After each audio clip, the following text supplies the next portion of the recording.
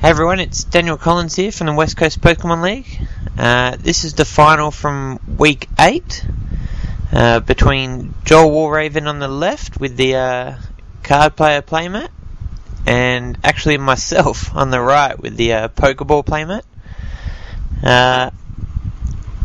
Myself and Joel actually played in the Swiss rounds. I happened to beat him there. Joel's playing Rayquaza Electric deck, and I'll be playing my Quad Sigilyph deck. There you go, as you can see, one of the Sigilyphs shows its face. I actually don't remember a lot about the Swiss match. I know Joel plays as he added a Zekrom into his deck because he worked out what I'd be playing at this tournament. So he teched a Zekrom especially for Quad Sigilyph. So with this commentary, I'll pretty much be giving you I guess a first person view into this matchup, and I'll explain kind of what my thought process is going through the match and why I make moves that I do. I suppose every other finals that you see, I kind of have to hypothesize what the players are thinking, but this one I'll be able to tell you what my thought process is, and hopefully you'll get a bit of insight. But here's the coin flip, and I think Joel goes first. Yeah, he starts Tyrant mode to my 2 Sigilyph. He benches a Rayquaza EX.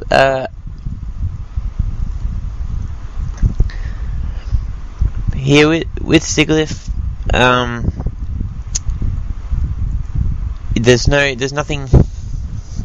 a lot turn 1 you can do, unless I happen to start Tornadus, which I also play. But Joel does share in for 3 and then Ultra Ball. We'll see if he gets that Zekrom out here, or if he goes for another Tynamo. Yeah, but he does grab the Zekrom. So against this, I'm thinking, well, he's got Zekrom on the bench. I need to target that down as quickly as I can. The only problem is I'm not attacking with Sigilyph to at least turn 2, because I have to attach a double colourless and a psychic to be able to attack. And he attacks with Thunder Wave and rolls tails on the paralysis flip. Here I'm just umming and ahhing whether I attach to the active or the bench Sigilyph. It probably doesn't matter. He can't. It's more than likely that he can't knock me out next turn. Yeah, my only concern was attaching to the active. Yeah, so I just attach and pass. Obviously my hand has no supporters. There's an Ultra Ball in there, a catcher, and I think a plus power. So now I'm starting to be very concerned about that Zekrom. It has 2 energy on it. 1 more and it's going to be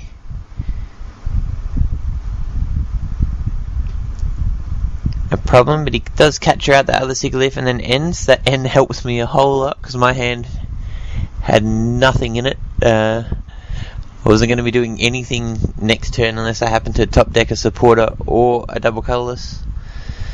So that end helps me out a lot there.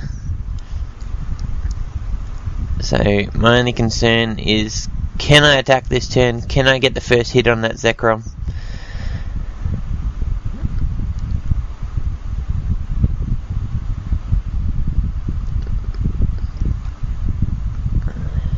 But we'll just see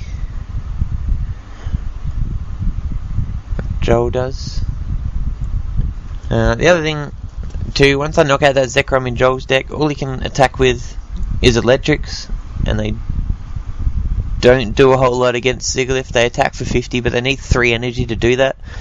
And if you just attack with attack back with Psychic. It does 50 plus 10 for each energy on the opponent, so it'll do 80.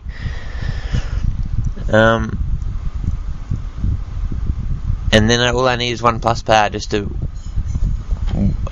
one hit knockout that electric. But I'm thinking about benching the Tornadus here, just to put. The thought was whether I could just put damage on Zekrom quickly enough. Be happy to give up the 2 prizes with with Tornadus. Just because once Zekrom's gone, the only attackers I have to worry about in Joel's deck are Eel. So I was thinking that I'd be quite happy to give up those 2 prizes if I could get enough damage on Zekrom with Tornadus. But instead, I decided to computer search that Tornadus away, along with a super scoop up.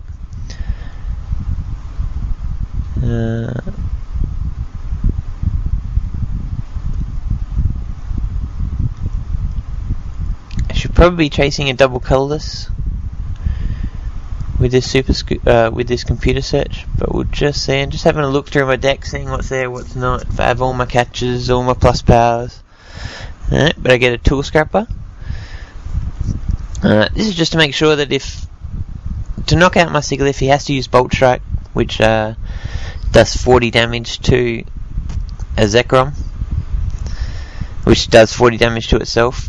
That Eviolite will make it only doing 20 damage to itself, and I need that Zekrom helping me out as much as I can by doing as much damage to itself as possible. Here I capture the Rayquaza, just trying to stall for 1 turn. If he doesn't have Sky Array, which I'm sure he plays, he's going to have to attach to that Rayquaza to retreat, and he doesn't have any energy in the discard, so he won't be able to Dynamotor to that Zekrom unless he happens to have the Lightning to attach to Rayquaza,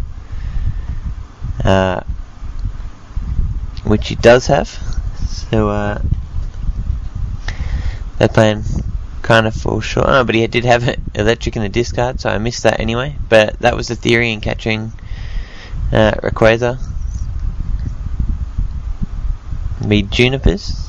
So he's probably Junipering, looking for the Sky Arrow, or at least a switch, just so he doesn't have to get rid of that fire off of Electric.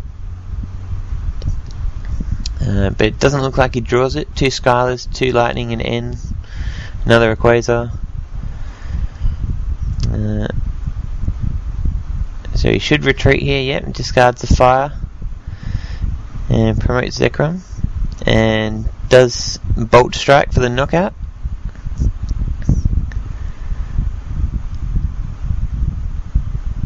Yeah, it doesn't look like I have a whole lot in my hand. 2 enhanced hammers, an Eviolite, and a super scoop up. So it definitely looks like I won't be attacking again this turn. But I catch the Rayquaza again just to try and stall. It forces him to attach again, but as we know from last turn, he definitely has the energy in his hand, plus he also has a switch now.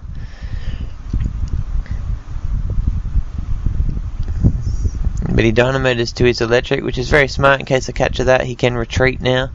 Also will be powering that up in case he eventually loses that Zekrom.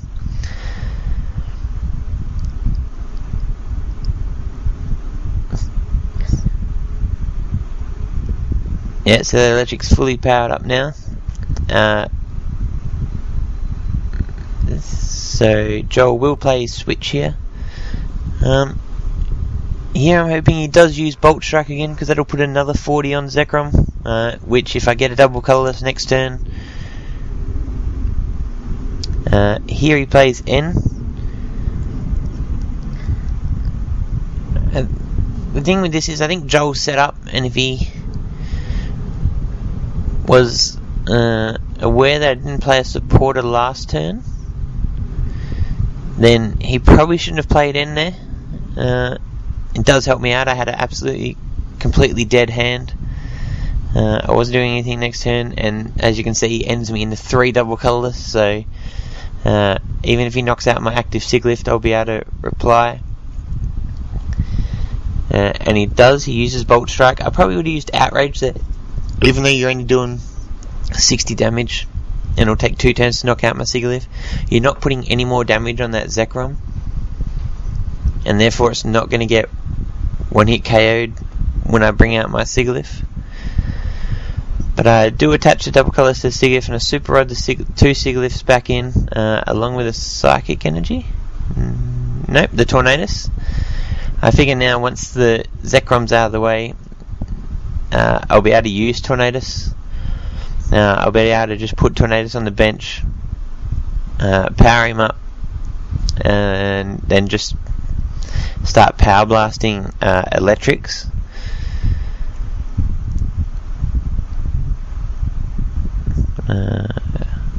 I'm gonna know about the Sky Ray just because it does give him some advantage, but now that I just have the lone Siglift, and once I knock out this Zekrom, all he has is electrics to attack, and I do Ultra Ball here, just to get another Siglift, just to get something else. A Tornadus. This is just in case something weird happens, just to make sure I have something on the bench. I shouldn't be getting knocked out in one hit next turn, but it's just a bit of an insurance. And I keep a double colours, and I would imagine the plus power because I know. Oh no, a Juniper. Oh, the Juniper is what I drew off my prize. So I don't think I could get much luckier than that. But now I have that Tornadus on the bench. It does become a target for a Quasar, but if I can knock out that electric, he won't be able to power it up quick enough for it to become a problem. Plus he already has at least 2 fires in the discard, but at least the other 2 are in his deck, and he does grab the Energy Search for the fire. So he'll be powering up that Rayquaza just to now that Tornadus is out there, he can attack that.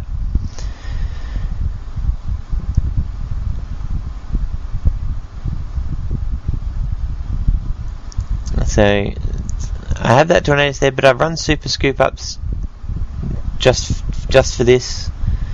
When I have Tornadus benched, if I get another Siglift off that Juniper, I'll be putting that down, and then I'll be able to Super Scoop up that Tornadus, and then it's not on the board just as free prizes. I can take it off the board. So Super Scoop Up is very handy for that. I can play Tornadus and attack with it early, and then scoop it up off the field, so it's not 2 free prizes sitting there. But I get Electric Balled here for 50.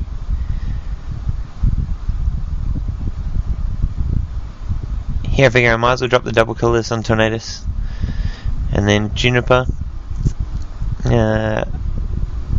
Probably after just a plus power here. But I get the Siglift.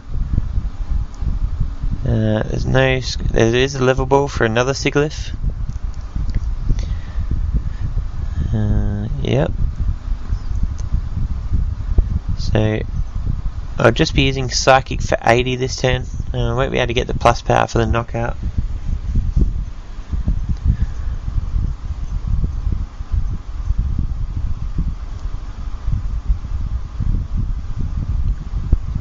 But I might catch her up that Dynamo just to make sure that no more electrics are coming. I think that's what I do here. Yep, catch the Dynamo. This should just prevent any more electrics coming in play, powering up that Rayquaza. And I just retreat my Siglift just to make sure that I could have knocked out that Dynamo with Siglift, but if I retreat to Tornadus, it requires Joel to have a catcher, which he does. I didn't know that, but he does.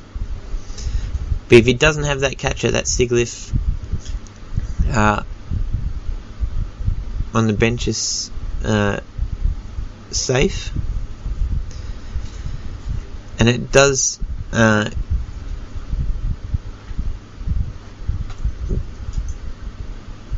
of lure Joel here a little bit. No, it doesn't lure Joel. No. So it does burn that catcher. And then Junipers.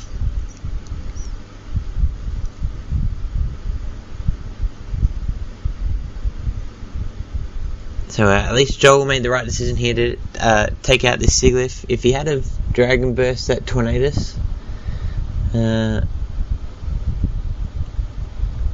think he would have been in a bit of trouble, but he does make the right decision here and does decide to knock out my Siglif. It puts him on 3 prizes. So here, if I happen to... There's a Crushing Hammer flip. No, tails. So if I had hit heads on that Crushing Hammer, and I end here, if I hit heads on that Crushing Hammer, I would have been taking the fire off Rayquaza, just to make sure Tornadus was going to survive. But if I knock out this electric, it's the last... there's a Mulga, but it's only doing 20 damage each time it attacks to a Siglif. But if I knock out this electric, I'm prepared to sacrifice Tornadus here. Joel will go down to 1 prize, yes, but after that, it's very, very difficult for him to take that last prize. He has to knock out a Siglif to do so. But do Power Blast the electric for a knockout. Now, I know the Dragon Burst is coming, and that's fine.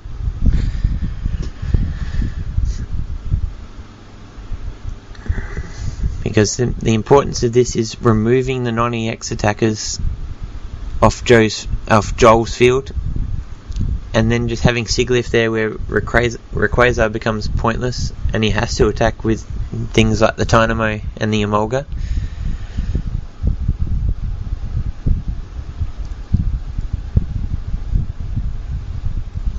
I just wonder if Joel gets a level ball here, just for another Dynamo.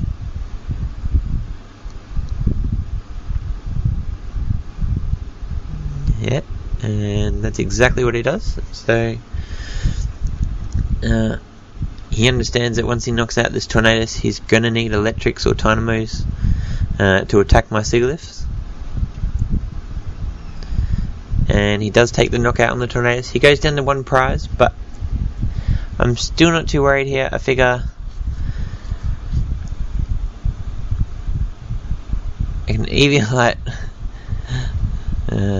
I can Eviolite the Siglif against something like this deck where he only has electric left to attack, and he's only going to be doing 30 when he attacks an Eviolated Siglif, and I just have to pretty much attach the double colorless, attach the Eviolite Juniper, and then pass. But I do need to draw the psychic energy that I need for next turn to be able to attack. So it's just a matter of kind of waiting until Joel promotes an electric. He's going to have to if he wants to win. He's gone through a lot more of his deck than I have, and I'm quite happy just to sit here and wait until he either decks himself out or eventually promotes an electric to attack. Either way, it's pretty much playing into my hand. So we'll see if he does retreat and attack with electric, which he does. So this is what Joel doesn't have much of a choice. It's what he has to do. So he does capture the Siglif, but with Skyro on the board,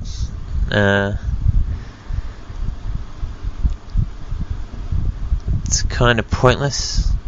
I can just free retreat it, and then that requires Joel to have a catcher to be able to knock it out, but it is setting that Siglif up for a knockout later on. but I do just retreat to my EV-lighted Siglif and attach, and then end Joel to 1. This is just insurance against that catcher. Pretty much Joel just needs to catch it. I instantly lose to a catcher until I knock out this electric. So we'll see what Joel gets. But I do get a plus power. I pretty much get everything I wanted in this hand. I get another EV light on the benched, on the damaged Siglif, which is gonna keep it alive. It's not going to take any damage from an Emolga attack, and if he gets an electric, it's only going to do 30, which is going to keep it alive. So that second EV light helps me a lot. It means catcher is no longer a problem. He's going to have to hit that Siglif twice. It's the same with all of my Siglif now. The active is 3 hits to knock it out with an electric, and the one with no energy and no EV light on the bench is still 2, but I think Joel's used just about all of his catches. He might have 1 left. And I have Crushing Hammer in my hand, which will try and take the energy off that electric, which I do. It's just to try and stop him one more turn, just to delay that attack one more turn. Attack with Psychic for 50 on the Emolga. I figure here I've pretty much got this game wrapped up. There's nothing that Joel will be able to do. And with that energy search and not grabbing anything, I know there's no energy left in his deck, so he's going to be forced to Dynamotor to be able to power up that.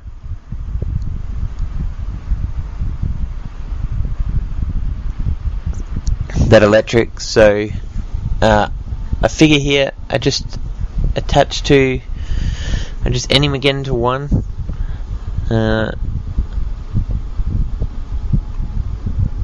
But it's just a matter of time now. I'm not going to deck out.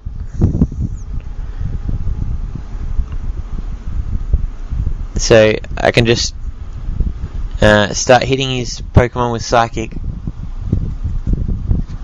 Fortunately that Rayquaza has an energy on it, so I'll be doing 60, so it means it's 1 less turn to knock that out. But we're both down to 1 prize, and Joel's just kind of stuck. I have a plus power in my hand, and I'm just going to keep it there. I know that Electric's going to have to come up and attack me sooner or later if Joel wants to win this game. It's the only way he's going to win this game, is attacking with that Electric. So just Skylar here, probably for a scoop up, or I'm thinking here a scoop up or a Crushing Hammer. Which is why I have those two. Which is why I put those two in the front and just kind of decide what I want. The Crushing Hammer is to take the energy off the Electric, just to delay it 1 more turn, because I think that'll give me enough time to knock out the Rayquaza. But in hindsight, I should just take the scoop up straight up, because he's going to have to promote that Electric anyway, and then I'll be able to knock it out. But I take the scoop up. This is just even more insurance to scoop up that bench Siglif with damage on it, and I get heads and pretty much just scoop it up with the EV light. I think I'll put the EV light back down on the benched Siglif with the energy on it. Yep. And Psychic for 60. Now, this turn Joel should be able to Dynamo to his Electric, retreat Rayquaza, and attack with Electric. And this is the reason I've been holding on to that plus power in my hand. That Electric's going to have to come and attack me, and then I just Psychic for 80, and with the plus power makes it 90, which knocks out that Electric, and I'll take my last prize. So it's just a matter if it was, and I just show him the plus power, and that's the end of game 1. It was a long game.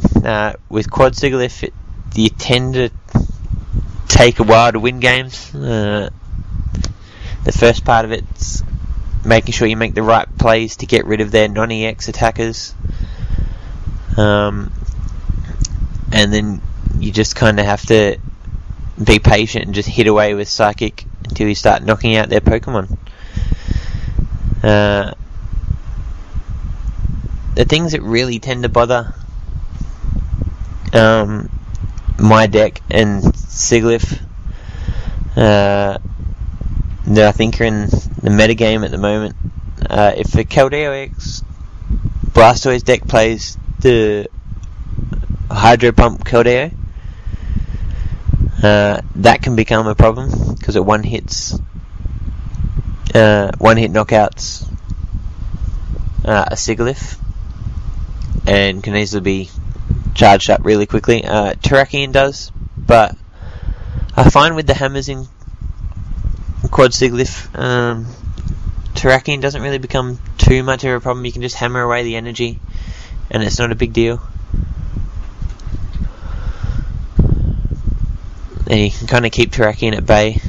Zekrom does become a pain because it can one hit for 120 and then just pretty much outrage the rest of the time and knock you out. So we'll just shuffle up here and get ready for game 2. Obviously, Joel not winning the first game will be going first.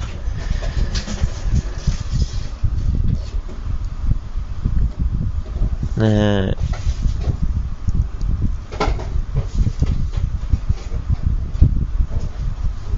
we'll just see, and I will mulligan.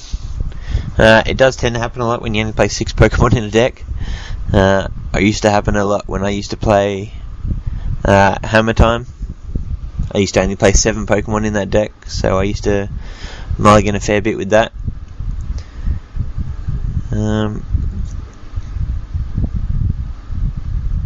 It's not too bad. I've never found a game where I've even had games where I mulligan like 3 or 4 times, and I've never found it gives my opponent that much of an advantage. The only deck that I think it might give an advantage to is something like Darkrai, if they happen to draw a lot of energy in their first hand to where they can attach and discard a lot of it and then Dark Patch it back. So, but against anything else, I don't think there's a big advantage in mulliganing.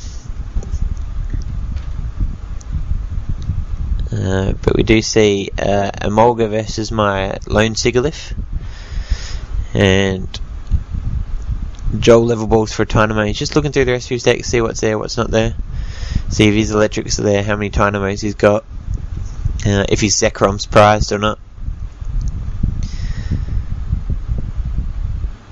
But he does get the second Tynamo just because he's got the 2 electrics in his hand.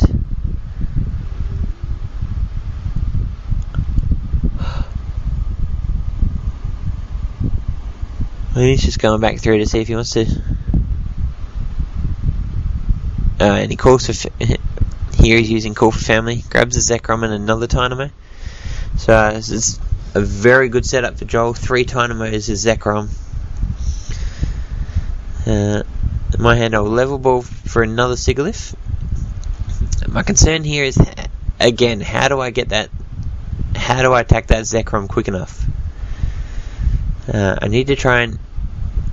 Ideally, you want to try and hit Zekrom before it hits you. Because if you put 50 on a Zekrom with no energy, when it's got no energy on it, if you're able to do that, it can only outrage back for 70.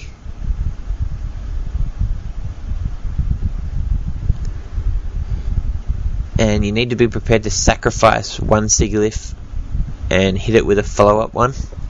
Hit Zekrom up with a follow-up one, because you're not going to take on a Zekrom head-to-head with one Sigilyph and win. The math just doesn't work. And this is my theory here. I catch out the Zekrom just so we can't Dynamite to it.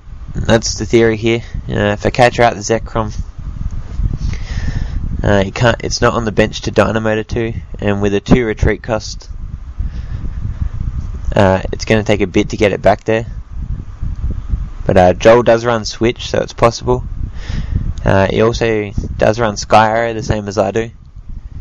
So it is possible to get Zekrom back there.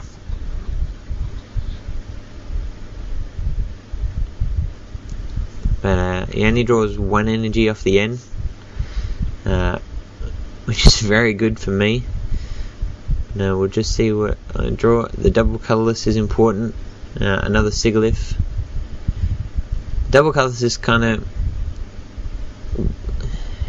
is very important in this deck. I think it's very important in any deck that runs double colourless. You only can run 4 of them. But Joel does get the switch here. It will allow him to get that Zekrom back on the bench. He does put an Eviolite on Zekrom. That's just, like I said in game 1, it's just to help with that recoil damage from Bolt Strike. And he Static Shocks for 20. I think we have a bit of a laugh here about Emolga becoming MVP. He's going to Static Shock me to death. But a Skylar here for a catcher. And I believe I already have a catcher in my hand. So I don't know what the hell I was thinking when I'm doing this, but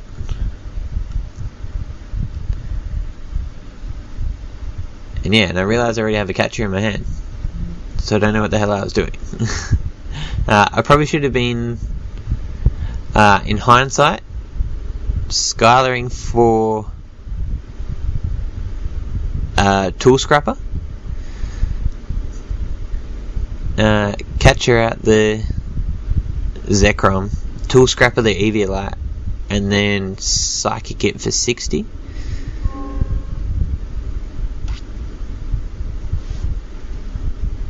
But instead I'll probably catch her out of Tynamo and knock it out. But I'll catch her out the Tynamo, knock out the Tynamo.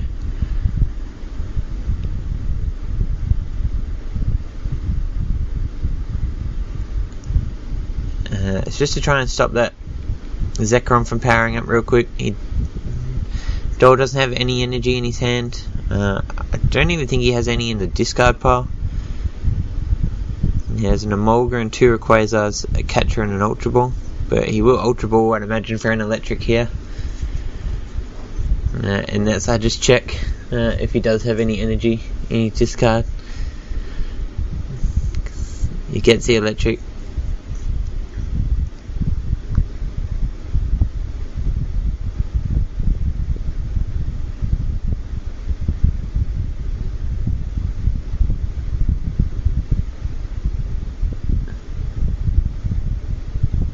He Static Shocks again. If I had I think this turn I play the N. I think if I had paid attention that Joel didn't play a supporter last turn.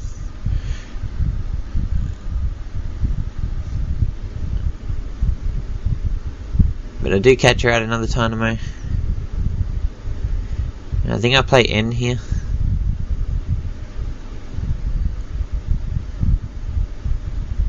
But I've used 3 catches already, so I was thinking about computer searching for a Juniper, but I have used 3 catches.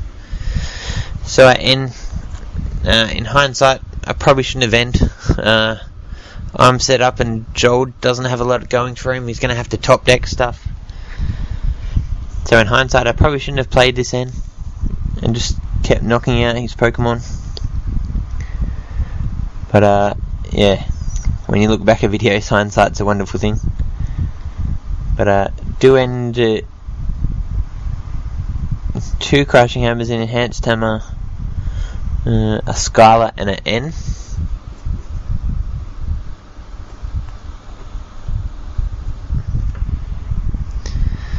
And I just take the knockout on another Tynamo and draw a Super Rod off my prizes. Yeah, and you see the 3 catches in there.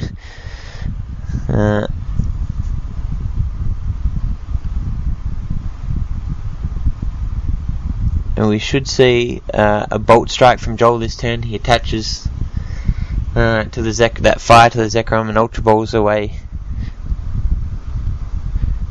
electric, and that's why I'm banging my fist on the table, because I know the bolt strike's coming.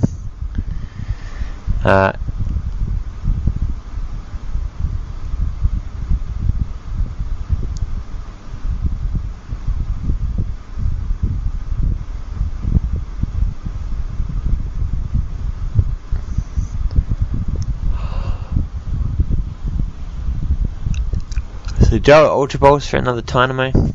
He knows he's going to need to get those electrics up, and then that's the Dynamotor to Zekrom. So he should retreat here and see a Bolt Strike.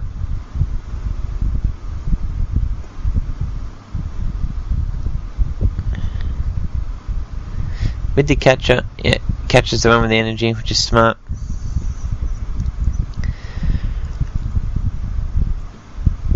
Because now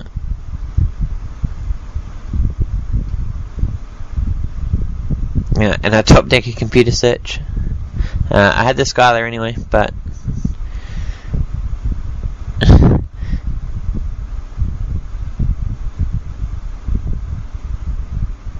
I miss one crush hammer, but get the second.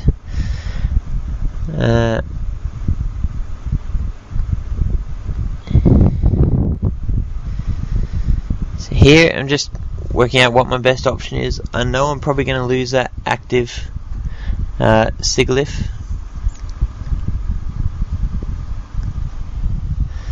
So Super Rod in, a Siglif and an energy. I probably should have tried to save that Super Rod. Putting in one Siglif and an energy is not really, probably not worth playing that Super Rod. It's better off if I can put two Siglif in. And a computer search away, an N and an enhanced ammo. Enhanced ammo is in this matchup.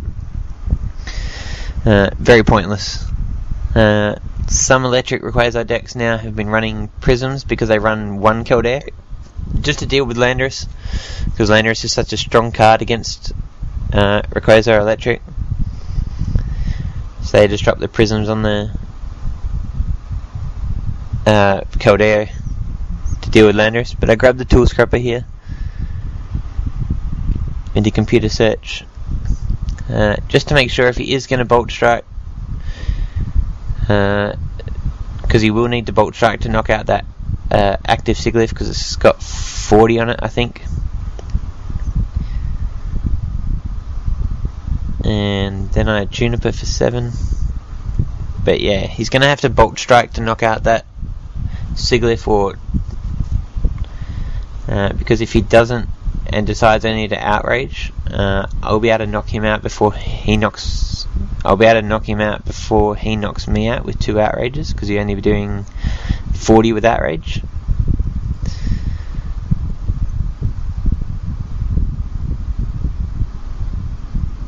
So here I'm just making sure I've got enough Siglifs out on the bench that once I deal with this Zekrom, I'll have backups there to be able to run through the rest of Joel's board. Just say I have a Tornadus in my hand. Do I bench that? I probably shouldn't, just in case there's a catcher and then there's, and I don't, and I Ultra Ball it away along with another enhanced hammer. It just gives me a chance to look through my deck too, just to see what if there are double colourless left in there, because obviously that's what I'm going to need now with with all 4 Siglif out there. I need double colourless now. I think I only have an N and a Skylar on my hand, and I do Psychic for 70 here. So an Outrage will knock me out, and I will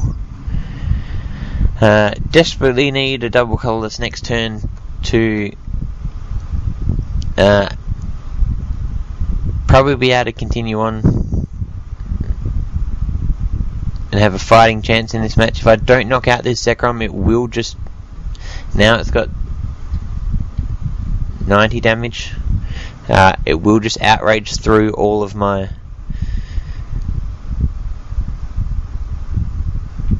Sigilyphs in one hit. So this N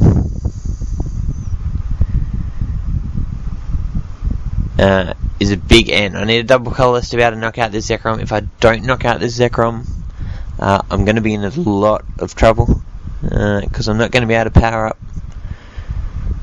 It'll come down to my last Sigilyph if I can power that up quick enough. But we'll see what I draw off this. And I missed the double colour, so this is a big problem. At least I get a Psychic, so I'll still be able to attach a Psychic to one of my bench Sigilyph. But I catch the Electric here just to try and stall, because I know I need that double colourless. I have a Skylar and a Bianca in my hand, so all I can do is attach to my bench Sigilyph and pass. But we see Joel evolve into another Electric. He's just checking if there's any electric energies in the discard, which fortunately for me there isn't.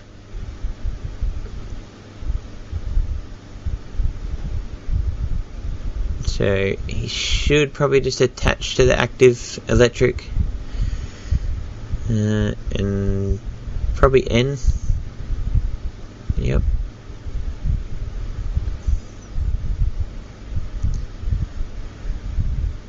So again, this is another big N. If I draw a double colourless, and we're not going to be drawing a catcher. This is probably the problem with burning 4 catchers too. I've catcher stalled Joel just to try and stay alive, but the problem with doing that is I've also ruined any chance of capturing that Zekrom off the bench to be able to knock it out.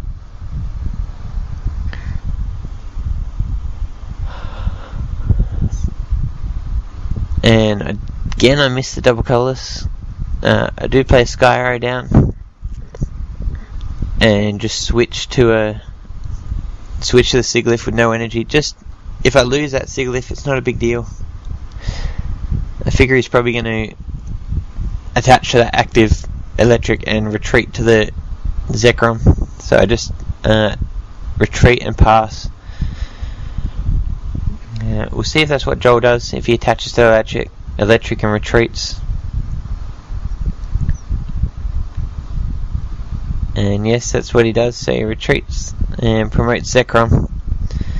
We'll see if he has a catcher to knock out one of the Sigilyph with energy on it. And very smartly, Joel here splits his 2 Dynamotors between his 2 electrics. That means if I do catcher one out, not that I can because all of my catchers are gone, but and he does Skylar for one of my Sigilyphs with the energy on it.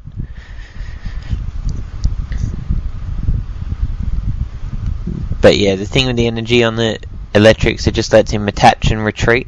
So if I ever catch one out, he takes the knockout on my Sigilyph. Here, Biancaing for 4. I need this DCE. And I miss again. So this is the problem with only 4 DCE and relying so heavily on it. Sometimes you just whiff them. You just miss the DCE draw, and you don't get it, and you can see it just costing me this game very slowly.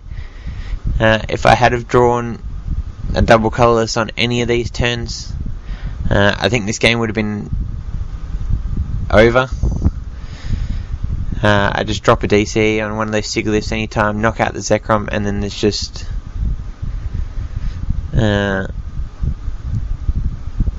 Joel just wouldn't be able to deal with them with those electrics. But this is just how the game goes. You miss the DCE at critical points, and your Pokemon just get knocked out. And this is pretty much it. This is pretty much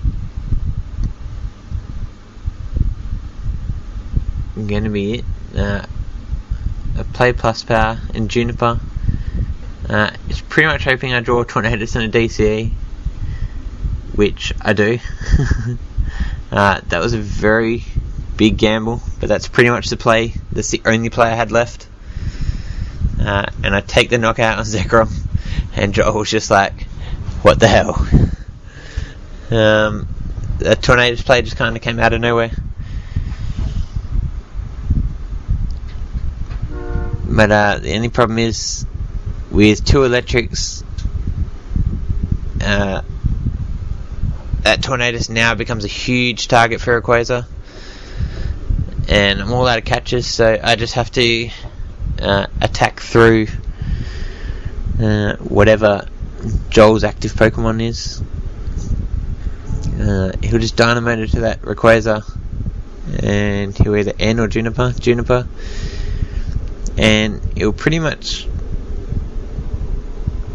won't do a lot from here unless he gets something to search for, maybe another Tynamo, or maybe benches another electric. Another Rayquaza, sorry, not electric.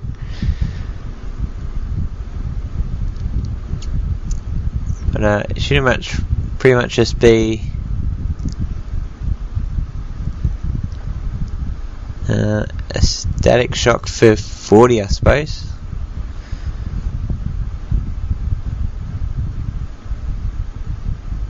As you can see, I just have an absolute rubbish handful of 5 Psychic Energies and 1 Level Ball. And I do take the Static Shock for 40.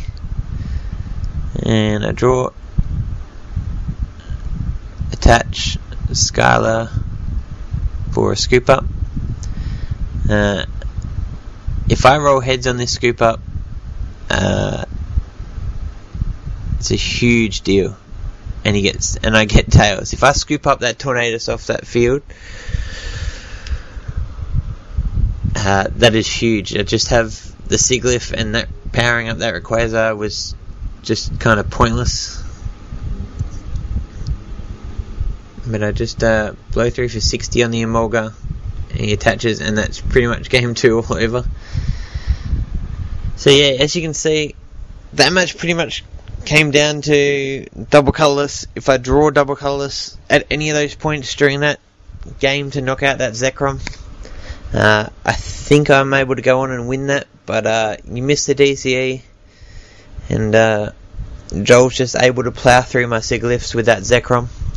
I think that one Zekrom took out 3 of my Sigilyphs before it got knocked out by the Tornadus.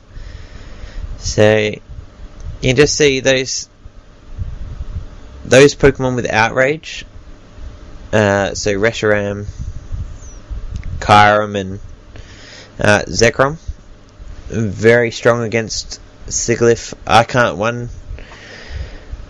one hit KO any of those Pokemon with Sigilyph, but if I drop any damage on them, even if I drop 50, they're 2-hit KOing me, and I'm at least a 3-hit KO on any of those, because if I hit them for 50 first and they put a DC down to Outrage,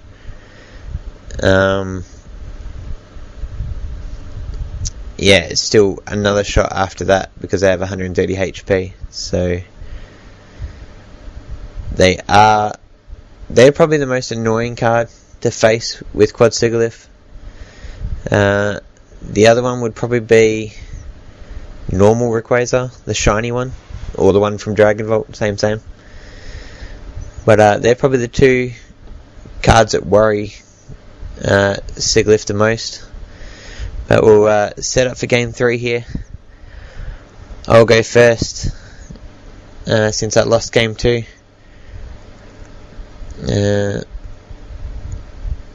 And surprise, surprise, I mulligan again. But Joel starts Emolga. Now, we kind of joked, I think, while we were shuffling and stuff, about getting donked with some ridiculous combo to be able to do it. But it's kind of a bit of a spoiler. That is what's going to happen here. You see me go. I have Tornadus, a DC, a Skylar, and a computer search. So I pretty much have the ultimate starting hand to be able to donk most of the stuff. As soon as we flip over and I realise he starts a Mulga, I realise that's pretty much game. A Skylar for the thing, a Skylar for Sky Arrow, and then computer search for a plus power. And that's pretty much game. Skylar for Sky Arrow makes blow through to 60, and then the computer search for the plus power obviously does 70 to knock out that Emolga. There's the plus power, and there's the Sky Arrow. So unfortunately, after two very long games and two very close games, it unfortunately ends in a donk. So I don't know what to say. That's the reason I played Tornadus with the Quad Sigilyph instead of Mewtwo. I played Tornadus for that exact reason, to be able to donk stuff. And fortunately for me, unfortunately for Joel, it paid off in Game 3 of the finals. Exactly when you want it to happen, I suppose. So yeah, I managed to donk his Emolga, and that's it. That's the end of Week 8. The West Coast Pokemon League, and I'll hopefully have the video for Week 9 up soon. So catch us all next time.